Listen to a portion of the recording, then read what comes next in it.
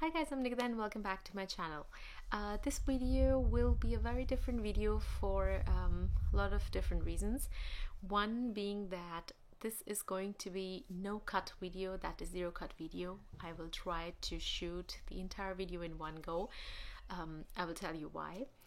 Second reason being that this video is something that I will be talking about something that is very close to my heart, a topic that is very sensitive for me and very important for me. And third, that I would have maybe made this video somewhere in future, but the reason why I'm making this video is because I think that you have been, a lot of you have been writing in comments and writing me personally. Thanks to you. Thank you for taking so much time out for me and writing me about something that is close to me. So I thought that it's the right time that I should make this video.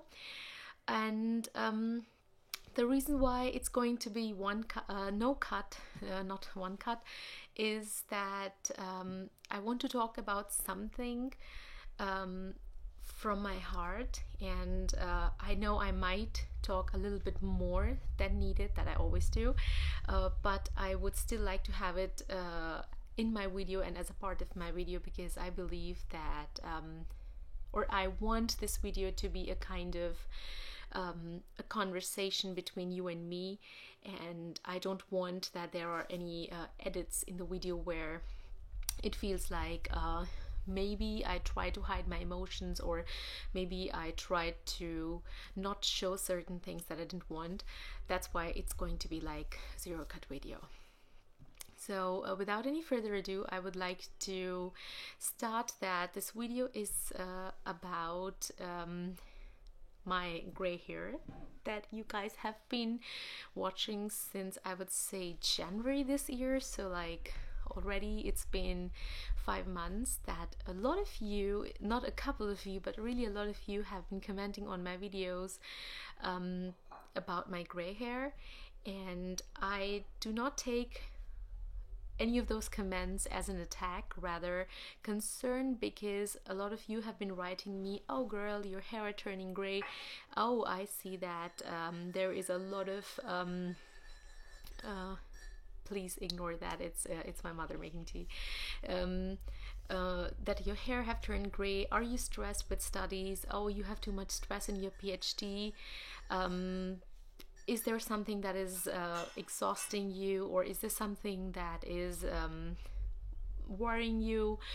Some of you also wrote that you look like an old lady, not like this. I think so. One of you wrote in Hindi, it makes you look tum to buddhi lag rahi ho, and makes you look like an old lady or old person. I take none of them as an attack, rather just like a concern that you guys are noticing it and you're telling it to me. So why I'm making this video about my gray hair is that yes, I do have gray hair, and I have had my gray hair not since last 5 months. I have had my gray hair since I was 12 years old, maybe 11 or 10. It was just that when I was 10, there were not too many. It was like a couple of strands, maybe 2, 6, 8 or something. And then when I was like 16, I first colored my hair because I was, of course, ashamed by those.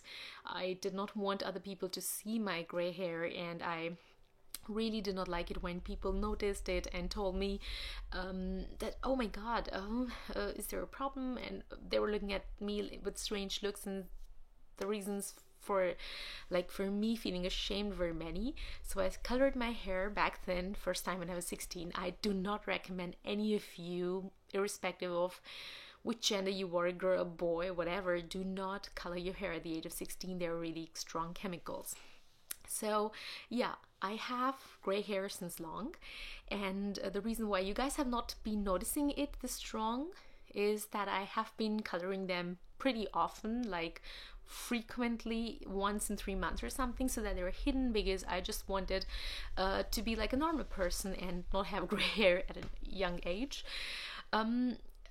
The reason I have not been coloring my hair since like 4 or 5 months, there are mainly 2-3 reasons, and the major reason being that suddenly there was this feeling inside me that I saw a person without arms at a train station, and this person was pretty handsome. It was a man, pretty confident, and was with a very pretty smile, and was like doing things that he could do with his girlfriend or wife. And then I just realized that if I was actually feeling ashamed for something that I cannot change, and I will have been always thinking throughout my life that I am something little or less than others because of one or the other deficiency I have in my body. So this was the moment that I told myself that I should really accept who I am, and I should not color my hair, at least, and see how difficult it is for me to accept that. So that was one of the very main reasons that I did not color my hair, and that's why you guys notice it. Now, the question is, why do I have gray hair? And the answer is very simple. I suffer from an autoimmune disease called vitiligo. Some people call it vitiligo, some people call it leukoderma. Back in India, I have grown up hearing safed patches, safed dhabbe, safed dag. So something like this. If you see, I have on my body, especially on my legs. Since it's a one-cut video, I will not get up and show you. Maybe sometime later you will see. I have on both my legs vitiligo or vitiligo patches. And since I was 4, I have this autoimmune disease. So when I was 4, the first patch occurred on one of my leg, and my grandfather noticed it, and since he was a doctor, he got to know that it's leukoderma from the very beginning. And I think so the second or third patch was on my eye, on my elbows, which is luckily not there anymore. Then the fourth or fifth patch, I think so, was on my scalp, on my head, and that's the reason where the gray hair are coming, basically. So wherever I have a patch on my skin, I have gray hair. And that's the reason why I have gray hair. Also on my legs, it might not be very comfortable for you guys, but if I don't shave my legs or anywhere where I have hair, like my arms, like normal people, the hair on that patch are gray, so they're white hair. So that's the reason why I have also on my head a big patch. Maybe the patch is increasing with time, it has come here somewhere, so I have everywhere tiny gray hair. And if I don't color them, like since last 5 months, you will see that they really are growing exponentially, and there are too many. They have grown to such an extent that even my mother is sometimes worried for me, and she tells me, take care of your gray hair, maybe like color them or something, but I don't take it. Like, it's like she's worried for me. Every mother would be worried for the daughter. So yeah, so that's the reason why I have gray hair. You now know. The question is why I'm making this video. As I told you in the beginning, a lot of you have been noticing it and writing me and showing your concern. I'm very grateful for you guys that you write it, and you're writing me from a concerned point of view. Everything is okay in my PhD, everything's okay in my job, everything's okay in my normal life. Everything, everywhere. It's not stress. I'm not exhausted. I'm not burned out in my life. I'm perfectly fine. So just to tell you that everything is fine. It's just an autoimmune disease that is causing me have gray hair in my scalp and the other areas around. Now there is another reason that why I'm making this video, and I've actually written some points so that I don't talk too much or to not forget to cover the very important points. And the second one is that a lot of people are now, also my close friends and also my very close relatives, they seem to be overly worried. One, because they are worried, of course, but the second reason is that people seem to, or these people seem to have a kind of viewpoint or opinion about how you should look, so the way you should look. And I understand that if I will be mother in future, I would like to have my kids or a kid look the best way he or she can look, but I, from a point of view of an adult right now, an independent person, I see that it's nothing wrong if you look in a certain way. It's not anti-fashion or anti-style statement if I have gray hair and not like normal black hair or brown hair, or I have gray hair at such an early age. I really believe that there is nothing which you can call as a perfect look. I though sometimes straighten my hair like I have done today, because if I don't straighten my hair I look a bit messy. This is what I guess. But the point I want to say is that it's okay if you guys, or any of you who are watching my video right now, have a certain aspect in a body that does not blend with the society or by the fashion rules or the fashion statements of the society. It's perfectly fine. I'm a girl. I have really tiny nails. I have thick fingers. I do not apply nail paints often, like once in a year. I have gray hair. I'm not even zero size girl. I'm fine. So all the girls and boys out there, if there is something that you feel that I have this problem, and it's not even a problem, but if you feel that it's something that's not fitting into a society, then I really want to you to sit and think about it, that it's the perspective that matters. And to be really honest, it's the real inner beauty that matters. If you're a nice human being, everything is fine. Your looks do not matter, and they should not matter. That's the reason that I'm making this video, and I want to tell you guys that it's not anti-fashion or anti-style statement if you have something which other people are not having, or which is not making you blend in the society. Then another reason why I'm making this video is not the gray hair, but the root of the reason why I have gray hair, and that is leukoderma, so vitiligo. This is a topic which is very sensitive to me.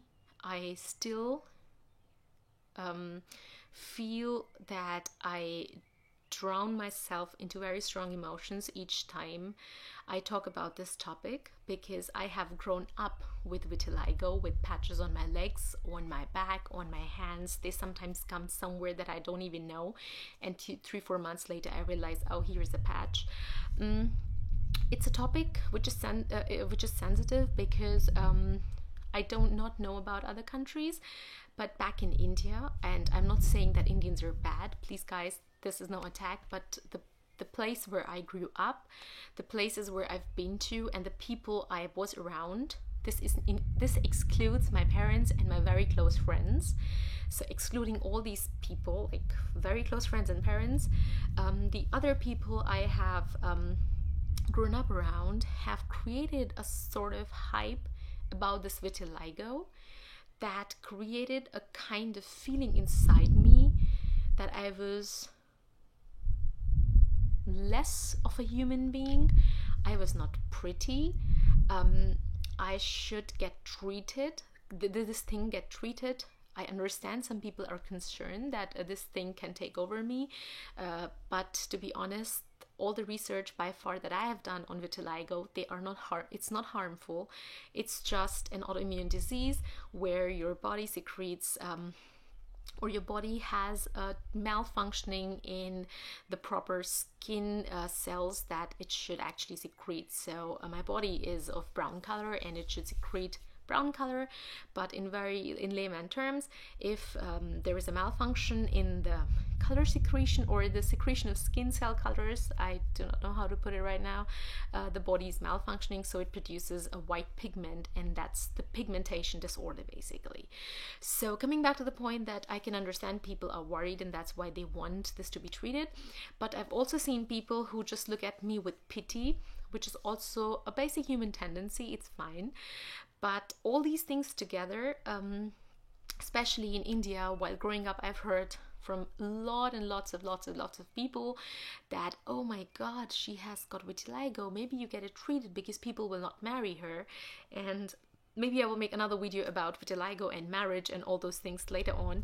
But all these things together have made me feel such less of a human being, and my value my self-worth that should have been always high, my confidence that should have been always high, has not shattered. In fact, I never could build up a confidence to a level where I could say, I don't care what my body has. It has nothing to do with my abilities, and I'm still a very strong girl who can achieve things and reach out to my dreams that I want to have in my life. So it's very difficult for me when I tell anybody, not only to you guys on camera, but to all my other friends that I met first time in Germany, or to people who I met in Germany from different countries or also from India, that I was for a very long time, like I would say very, very long time, until I was 25 years old, I was a girl who had literally zero confidence, literally zero self-worth about her own self. And each time I would see a girl without vitiligo, which is like 98% of all the rest of the population, because vitiligo is not this common, I would say, why me? Why not them? And I realized recently that each and every person has one or the other problem in their life, in their bodies, in whatever, I don't know.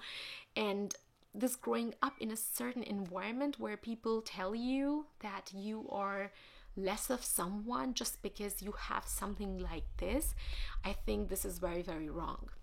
So the reason behind making this video is that to all the people who have this vitiligo problem, this autoimmune disease, or any other autoimmune disease, or any other problem, then I would like to convey to you guys that you should really sit once quietly and think and tell yourself that this is not what is limiting you from being a very nice human being and from reaching your dreams that you have ever dreamt of. And to all those people who do not have this or have no autoimmune disease, when you look at people like us, like me, or the other people with other autoimmune diseases, or with other people with any sort of deformity, think for at least 10 seconds before you look at them or you try to talk to them with a pity, because pity is not what people like us need. Pity is what nobody needs. You should talk to us like a normal human being and say, hey buddy, what's up? Like my parents did to me, like my siblings did to me, like my best friends still do to me. And I cannot be thankful. I don't know how thankful I should be to my friends, best friends, who told me each time I told them, I feel like, oh my god, my patch is visible. And they were like, what the hell is wrong with you, Nikki? Because we don't even notice that. So if you don't suffer from autoimmune disease, then take my word and take my advice. Please don't reach people like us with any autoimmune disease, sorry if I'm repeating, with pity. Reach us with like you would reach a normal human being. That's like a message for life. And then the last reason why I've been really thinking, and I finally decided to make this video, is a lot of people are concerned that this disease is kind of something that drags people down physically. I think more than it drags people down physically, or from a really subjective view or opinion, it doesn't drag you down physically, rather it kills you mentally and spiritually. And I think, in my opinion and in my experience by far, if you are dead mentally or if you're shattered mentally, then I think the physical abilities or strength doesn't matter at all. So a message to all the parents, to all the siblings, to all the friends who know people who have vitiligo like me, and also other things. If you know anybody who has such a disease or deformity and you think, okay, it is something that that might even 1% hurt or bring the person's self-confidence and self-worth, like feeling confident in their own selves, down, like if you know anybody, then just think that physical abilities is basically um, I'm really sorry, guys, but I really I'm trying to put myself together. What I want to say that if you know somebody who is suffering from something like this, then just try to strengthen them up by telling them that this is just a physical ability and not a physical disability or something. Maybe so vitiligo is not a physical disability, but having not an arm or a leg is physical disability, but it doesn't stop you from being a human being. So instead of treating that person with something like very emotional talk, or oh my god, I'm sorry about it, like sort of pity, just strengthen them and tell them that they are some worth in the world just as the other people. So we are not different from anybody else. I'm not different from anybody else. I just suffer from something that I didn't choose to be, and nobody chooses to suffer from anything. None of us wants to suffer from something that is actually not in the normal, that's not normal, or in the normal physical appearance. But if you know somebody, then just try to strengthen them and try to be like my best friends in my family, who always had faith in me. And I know sooner or later we will become parents. Each one of us will become parents, hopefully. And parents always are worried for their kids. But if you're parents to such a kid, then I'm telling you, instead of pity, tell them or give them confidence that they need, because pity is not even the last thing on the earth that they need. They don't need one single 0.001% of pity. All they need is your support, your strength, and make them believe that they can do whatever they want, and just be with them. And this brings me to the end of this video, guys. I'm sorry if there were things that didn't make any sense. Since it's a zero cut video, you have to really bear with all those stupid words. But I hope that I conveyed what I wanted to convey to you. And even if a very few of you watch this video, please share this video with other people, not because I want subscribers or comments or likes on this video, but because I really would like to talk about it, or I would really like to